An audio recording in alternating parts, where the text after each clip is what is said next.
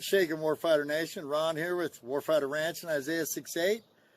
And today's Red Friday message is a top 10 list. Let's not forget the original Red Friday where Jesus deployed to heaven for us. So here we go. The top 10 ways the COVID lockdown and rioting are like combat.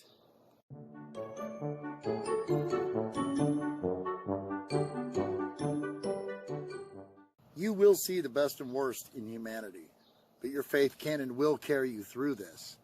Though we may be isolated, we can still reach out to others. Some folks are still on lockdown due to the virus, and yet others are on curfews based on the riots.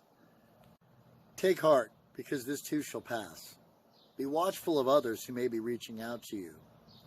We're all different, and some are more subtle than others. A small kindness goes a long way. We are facing a tough, determined, and often invisible enemy. Both are viruses. One is biological, the other is the virus of the heart. Do not lean on your own understanding.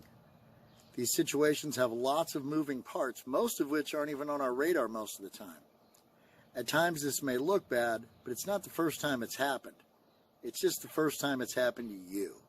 You and everyone else in the world. Shared suffering has the potential to make us all stronger.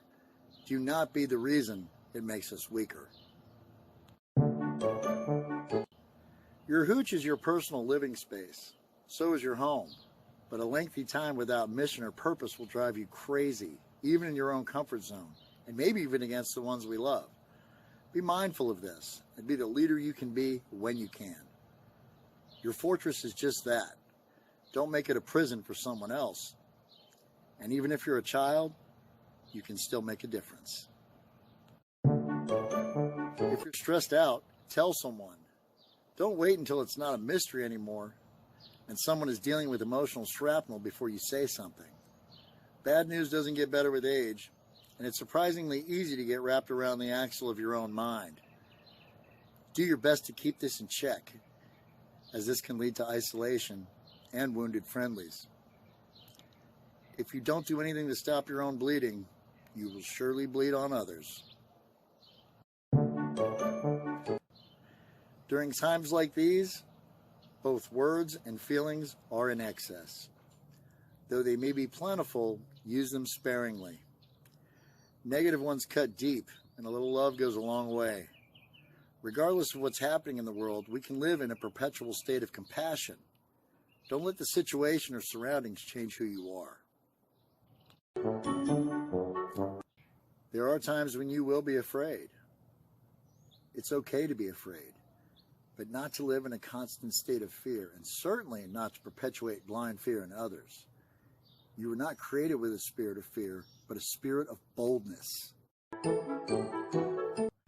Very quickly, the first world problems you were once worried about melted away as our perspective was refined through a tough growth period. But this usually yields a wider sight picture. Growing pains. 8. Your patience will be tested as it never has been. Even when you don't want to, seek out opportunities to rise to the occasion. It will pay tangible and priceless dividends in both the long and short term. Find a way to serve others.